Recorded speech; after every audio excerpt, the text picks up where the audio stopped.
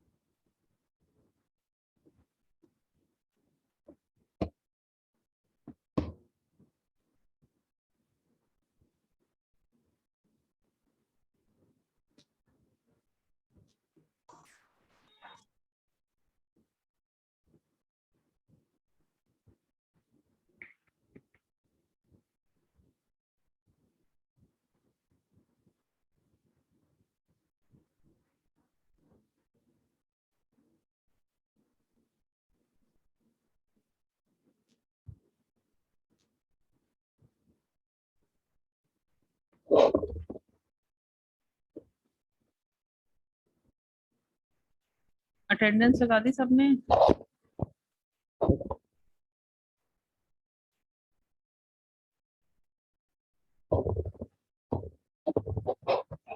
Yes ma'am. ठीक है class, practicals का पता चल गया। ऑनलाइन होंगे, डेट शीट जब तक हमें पहुंचेगी, अभी सर्कुलर हो रही है, हम शेयर कर देंगे। ऑनलाइन मोड है, ग्रुप्स में डिवाइड कर देंगे हम लोग। ठीक है, 5-5 बच्चों का ग्रुप होगा, 1 या 10 को होगा। All will be decided, will be just simply taking your vivas. मेरे सब्जेक्ट का तो होल सिलेबस है, बाकी सब्जेक्ट टीचर से आप कंसर्न कर लेना वो क्या कर रहे हैं, उनका मुझे नहीं पता। उन्होंने वाइवा में क्या लेना है, क्या पूछना है, वो उनका कंसर्न है। Okay ma'am. तो होपफुली अगर प्रैक्टिकल्स ऑनलाइन हो रहे हैं, आपके एग्जाम्स भी ऑनलाइन ही होंगे। ये भी फैक्ट हो गया एक। कोई 25 नंबर का ही सिनेरियो होगा, क्योंकि इससे ज्यादा ऑनलाइन आपको ये लोग लेके नहीं इवेल्यूएट नहीं करेंगे। तो 25 नंबर के बेसिस पे आपको 3 टाइम्स मल्टीप्लाई करके 75 मार्क्स स्कोर करने हैं। तो try to do best in your this 25 marks paper. 3 times multiply होंगे उतने ही मैम इफेक्ट फाइनल होंगे। पेपर अभी होंगे ना? हाँ हाँ, फाइनल तो होने ही है, क्यों नहीं होने। Okay ma'am.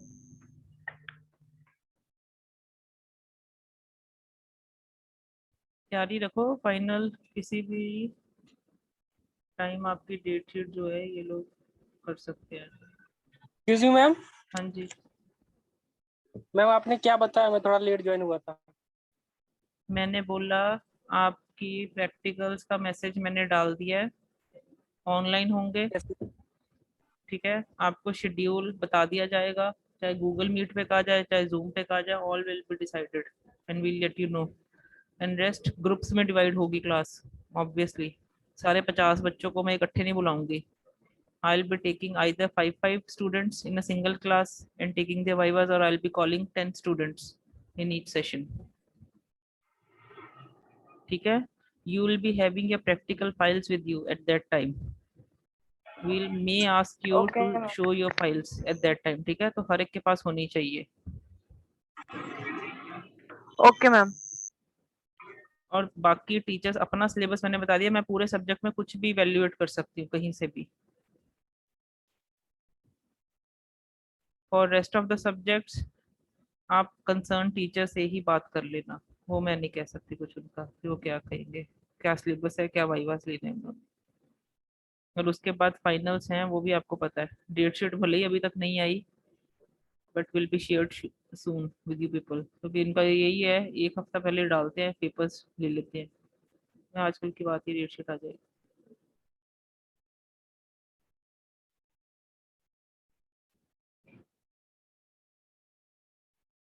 एक फीस किसी की पेंडिंग तो नहीं है, मैं फिर कह रही हूँ। बच्चे जिनकी फीस पेंडिंग है प्लीज क्लियर करो। कल सेशनल सिर्फ उन बच्चों को दिखेगी जिनके ड्यूज पूरे क्लियर है।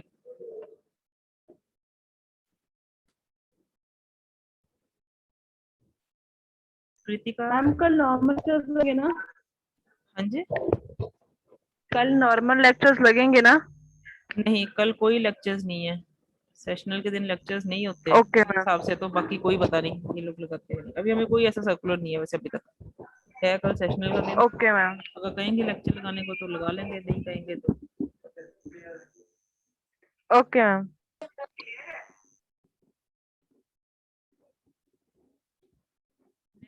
कृतिका क्लास में अवेलेबल है अभी? आशुतोष,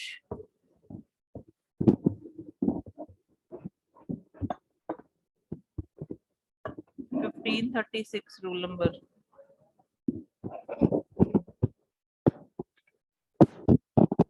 ट्वेल्व 1516 घनश्याम।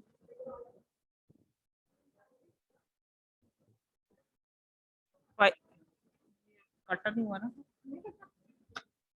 मैम 512 और 1512। 1512 okay 529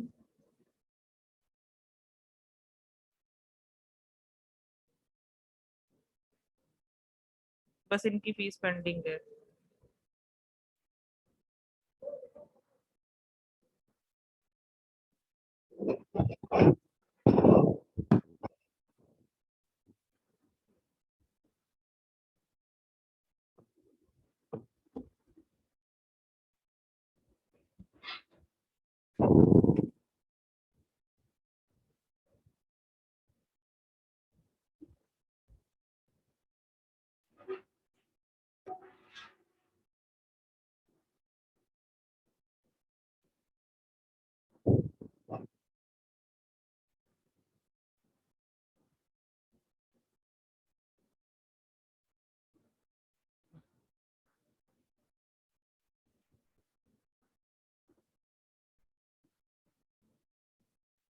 Difference between BFS and DFS.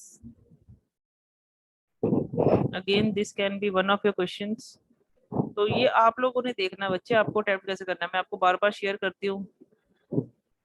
आप लोग देखो, आप इसके लिए प्रिपेयर्ड हो पेपर्स के लिए, ऐसे क्वेश्चंस के लिए। तो ये पॉइंट्स हैं। फुल फॉर्म किस डेटा स्ट्रक्चर को यूज कर रहा है, ठीक है, इसमें वो क्या कर रहा है, इसमें वो क्या कर रहा है। Then these are some of the differences. You can check for various sites. उनके डिफरेंस प्रिपेयर करो।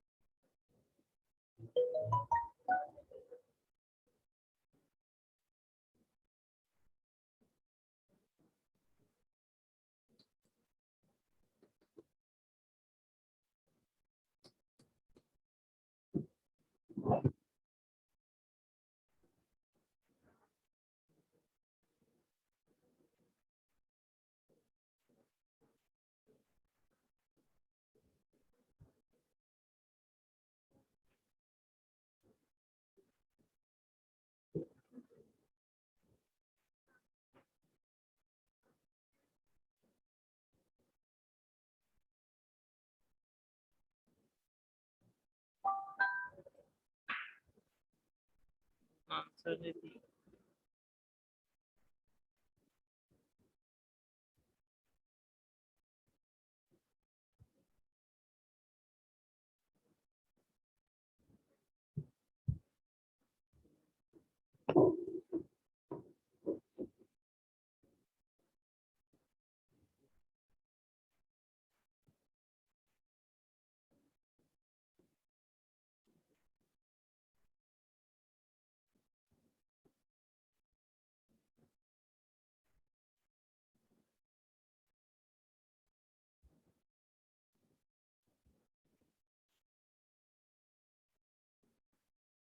यही कर लो कि एग्जांपल लिखो, सेम एग्जांपल है।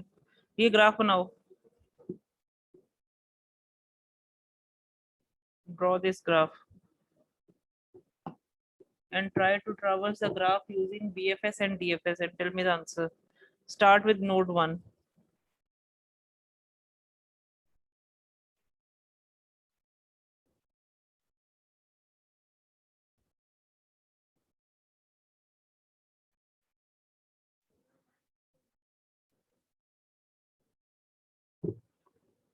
करो स्टार्ट।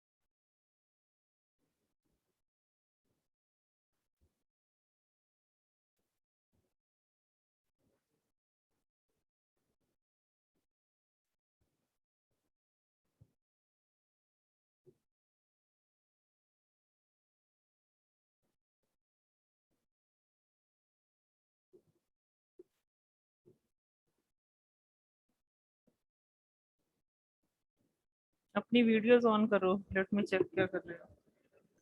मैम एक बार शेयर करना स्क्रीन में, लास्ट वाला पॉइंट रह गया। Hello ma'am.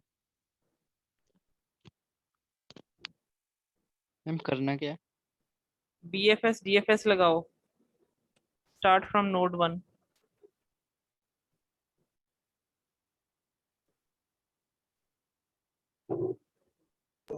Done ma'am.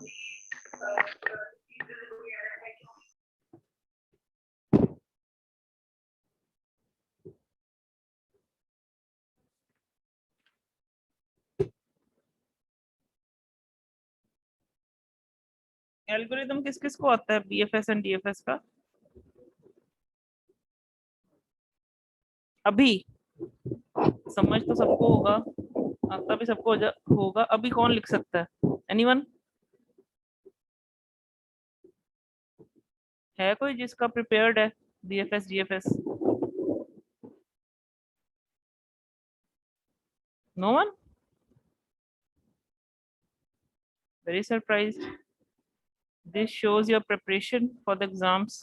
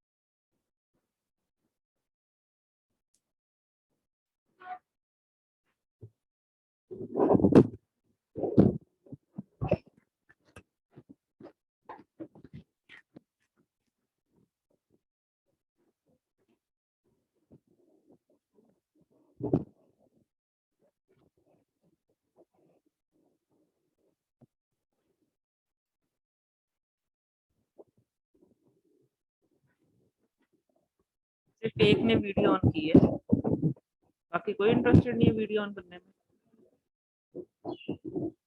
Notebooks की तरफ टर्न करो।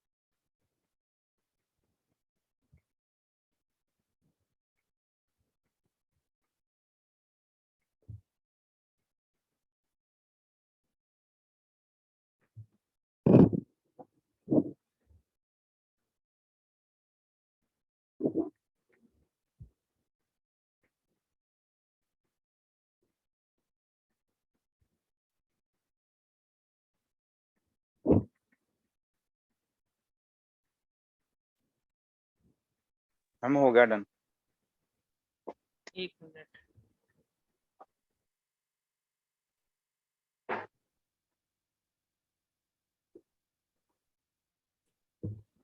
बाकी किसी का हुआ है? तुम आंसर चेक करो, क्या आंसर आया?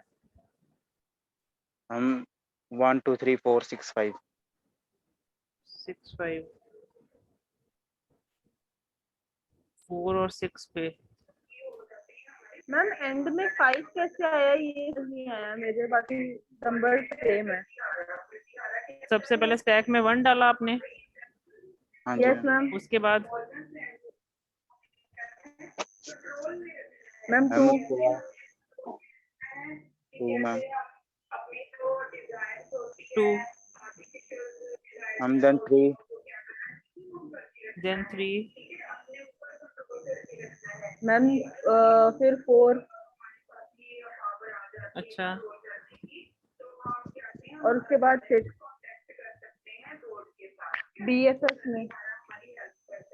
मैम मैंने 1 के बाद मैम मैंने 1 के बाद 2 एंड 5 दोनों डाले हैं। हाँ जी, दोनों मैम, जाएंगे। यस मैम, फिर ये मैंने 2 दोनों को साथ में नहीं आएंगे? और 5 2 को पॉप किया, फिर 3 को पुश किया। 2 और 5 किस ऑर्डर में डालने हैं, उस बेसिस पे ये डिफरेंस हो जाएगा ना। मैम पहले 5 को डाला, फिर 2 को डाला। ठीक है, that doesn't matter, either you will take 2 first और you will take 5 first. The thing is, इसमें ऑब्जर्वेशन की बात क्या है बच्चे, देखो कोई किसी मेथड से चल पड़ो, 1 के बाद 2 डालो, फिर 2 5 डालोगे, 5 को पॉप करोगे तो 5 का एडजेसेंट 4 आ जाएगा, तो वो उस हिसाब से चल पड़ेगा। अगर 5 पहले डाला, 2 को बाद में डाला, तो 2 का एडजेसेंट 3 कंसर्न में लिया जाएगा। The thing is, observation is, last में आपको सिर्फ सारे नोट्स फॉर वंस जो है आंसर में होने चाहिए, they should not be considered in repetition, the order can be anything. Examiner ने मेनली आपका ये चेक करना है, उसको कोई लेना देना नहीं। मेन है ट्रावर्सल, ट्रावर्सल में हर नोड कवर होना चाहिए, कोई मिस ना हो, बस ये याद रखना। ठीक है, the answer may very, it all depends. The same is the case, देखो यहाँ पे अगर दूसरा किया, दूसरे में आंसर क्या है आपका? मेरा सेम है। सेम, क्योंकि आपने 2 5 ऑर्डर में पुश किया उसको, या एंक किया टू द क्यू। अगर 5 2 में करते तो वो वेरी वहां पे कर जाता। ठीक है, वहां पे डिफरेंसेस इतने तो आएंगे ही आएंगे, आप किस ऑर्डर में ले रहे हो, क्योंकि जब मल्टीपल नोट्स।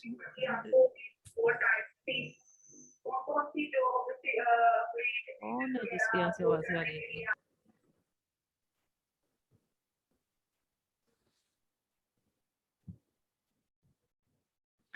ठीक है, अब तुमने क्यू में जब डाले इनको, अब क्यू में 1 के बाद तुम 2 5 को डालो या 5 2 को डालो, जो पहले डालोगे पहले वो डी क्यू हो जाएगा, यानी कि डिलीट होगा फ्रॉम द क्यू।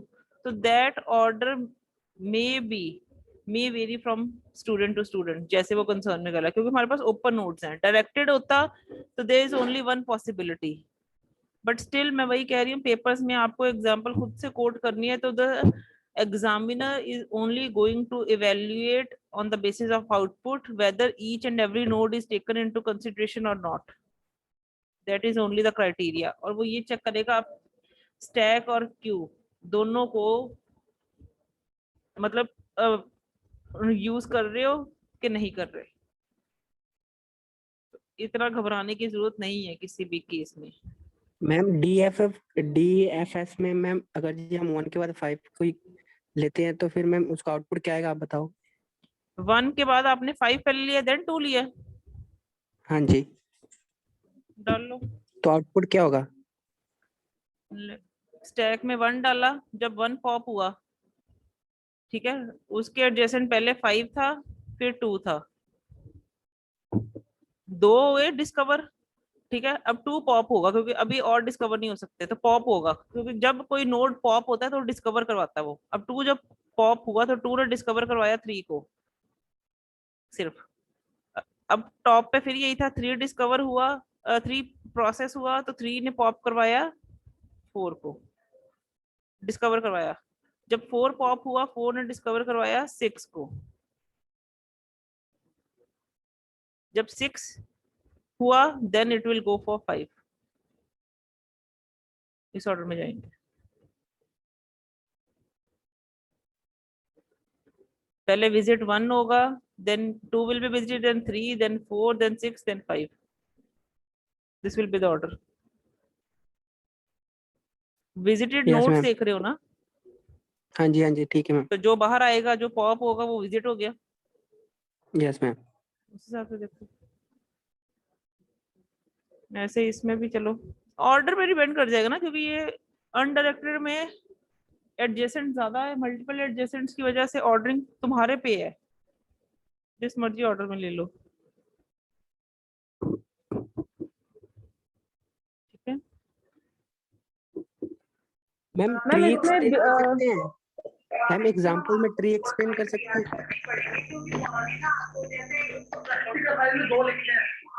मैम? हाँ हाँ, मैं एक मिनट दिखा रही हूँ तुझे, ये देख, ये ट्री की एग्जांपल है। हाँ जी मैम। बस सौखा काम कर लो। मैंने जब समझाया था, नहीं पता है क्यों? जब हम ये बताते हैं ना कि द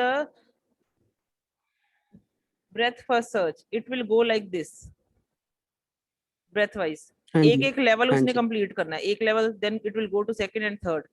जो डीएफएस है, that will go to the depth, पूरी डेप्थ ट्री के एक लेवल तक यस मैम। जाएगी, then it will cover the rest of the depths. इसलिए हम ट्री की एग्जांपल से ये सबसे इजीली एक्सप्लेन कर सकते हैं। ग्राफ में ये चीज एक्सप्लेन करनी इज डिफिकल्ट, तो you can take the example of a tree also.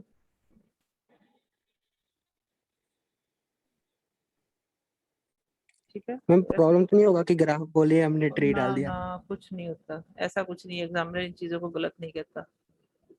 ये इसने मैम किया ही हुआ, ट्री ये लो, समझाना इजी है। जो मर्जी कर लो, मैंने तुम्हें कहा है, जो तुम्हें आसान लगता है। क्योंकि जितना कॉम्प्लिकेटेड, ये देखो इसने कॉम्प्लिकेटेड किया, उतने आंसर्स कॉम्प्लिकेटेड होते रहेंगे। अपनी मर्जी से, तभी कहा छोटे ग्राफ्स लेना जिनको अच्छे से समझा दो। Yes ma'am. ये भी ये ले रहे, देखो इतने कॉम्प्लिकेटेड। ये तुम्हें बस ये है कि हम एक चीज पे बैठे नहीं रहते, डिफरेंट एग्जांपल्स को एक्सप्लोर करोगे तो कांसेप्ट विल बी क्लियर। एक और देखते हैं।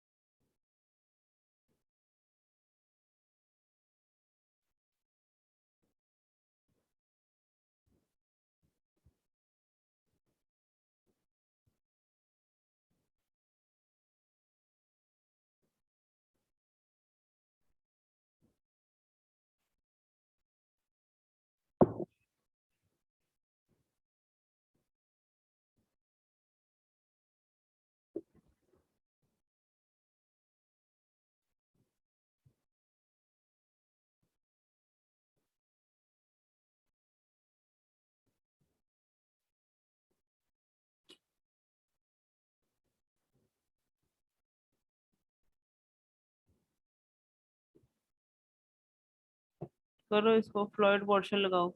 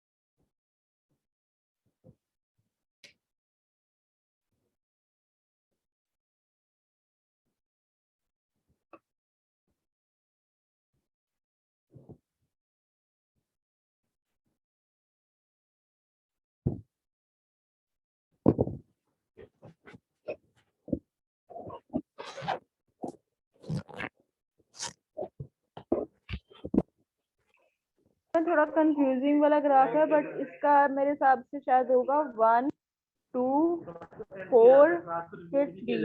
मेरा बेटा, मैंने करने को क्या कहा है इसको?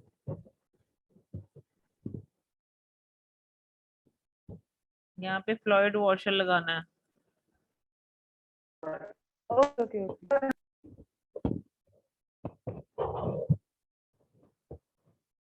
उसमें ट्रावर्सिंग में भी अगर उस पे लगाना, बीएफएस डीएफएस पे भी लगाना है तो it would be okay, but you need to consider the node only once. Answer would be 1 2 3 4 for once only. Can be in any order. वो मैटर नहीं करता।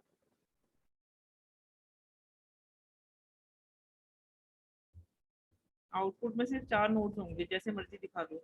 वो ऑर्डरिंग डायरेक्टेड है तो उस केस में आपको ध्यान ऑर्डरिंग का रखना पड़ेगा, वो आप देखो। पॉसिबिलिटीज हो सकती है एक से ज्यादा हो, तो हर पॉसिबिलिटी एक्सेप्टेड है अगर वो ट्रावर्स करवा रहा है उस नोड से start।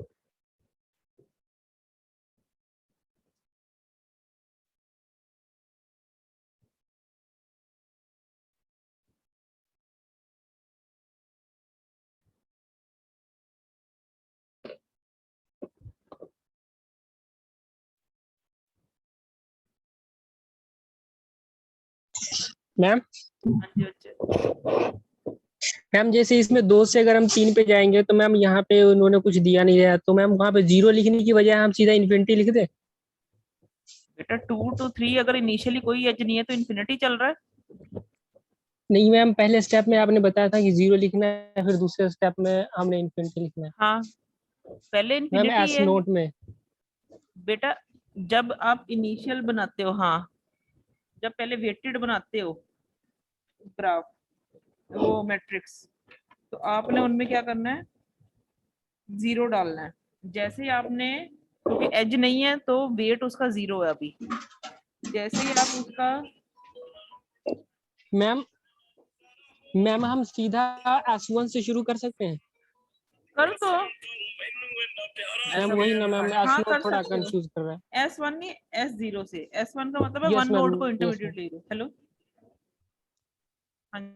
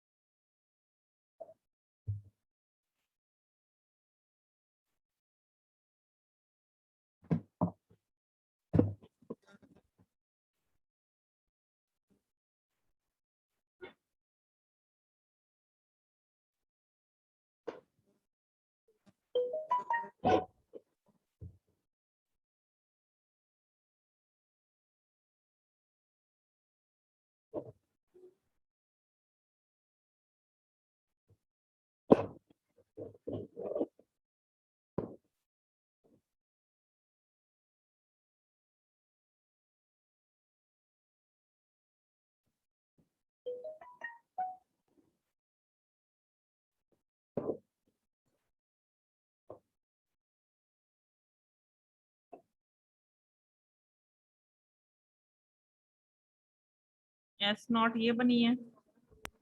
मैम 1 मिनट डायग्राम ऊपर के, मेरा लास्ट रह गया 2 और 4 का। 1 मिनट बस।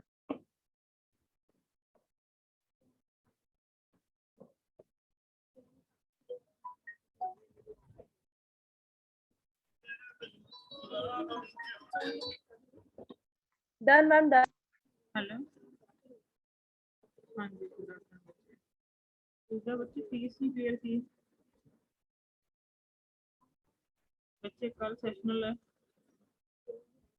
पता है, परसों तो पेपर है प्रैक्टिकल। नहीं बच्चे नहीं, कल तक का दिन नहीं दे रहे, तुम्हें तो फ्राइडे तक का दिन दिया था, मैं फिर भी लास्ट कॉल कर रही हूँ एज अ क्लास इंचार्ज, नहीं तो ये हमें अलाउड ही नहीं है। मुझे बताओ अगर आज हो सकती है then I will be writing it in my record, नहीं तो नहीं।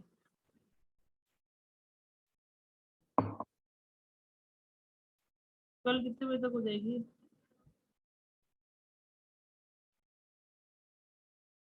देख लो, इसके बाद फिर मुझे मत कहना। कल 12 बजे का मैं टाइम दे दूँगी। ठीक है।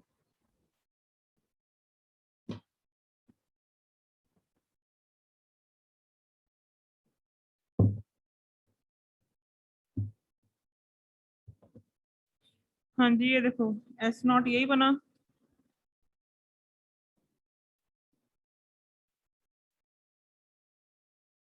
Yes ma'am. Yes ma'am. S1 yes ma'am.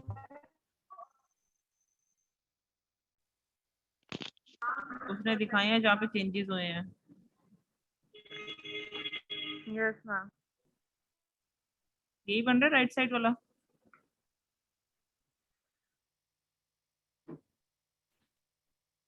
बना है किसी का कि नहीं बना? 8 कैसे आ रहा? कौन सा ये 8? हाँ जी मैम। 3-4 में कोई है नहीं? मैम वहाँ पे तो हो ही नहीं रहा। मैम वहाँ पर मेरा 5 आया है नोड, जहाँ 8 लिखा है वहाँ पर मेरा 5 आया है। 3 to 4 की यूजिंग 1 एज इंटरमीडिएट नहीं है। नहीं है।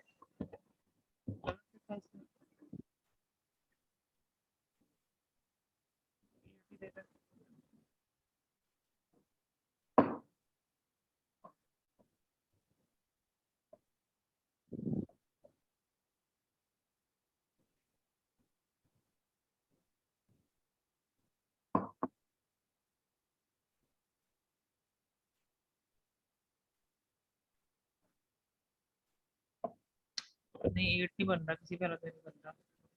मैम इन्फिनिटी आ रहा है वहाँ पे। इंफिनिटी है तो वो मे बी इंफिनिटी लिखना था, मैंने 8 लिख दिया मे बी। मैम 2 से 3 जो मैम 9 आ रहा है वो। 2 to 3 9 1 को इंटरमीडिएट नहीं ले पा रहा ये भी 2 to 3 में। शायद मैम सही है check- ये, मैम 9 ही आ रहा है। 2 to 1 1 to 3 तो कोई है ही नहीं। 2 to 3 मैम नहीं 2 to मैम 3 ऐसे होगा ना, 2 4 पहले जाएगा, और उसके नहीं बाद मैम 4 1 से 3 पे। 1 को इंटरमीडिएट बोलना मैम। 1 को 2 बच्चे 2 to 3 का मतलब क्या है? या तो 2 to 3 में डायरेक्ट एज होना चाहिए या 2 to 1, क्योंकि 1 इंटरमीडिएट हो रहा है 1 to 3।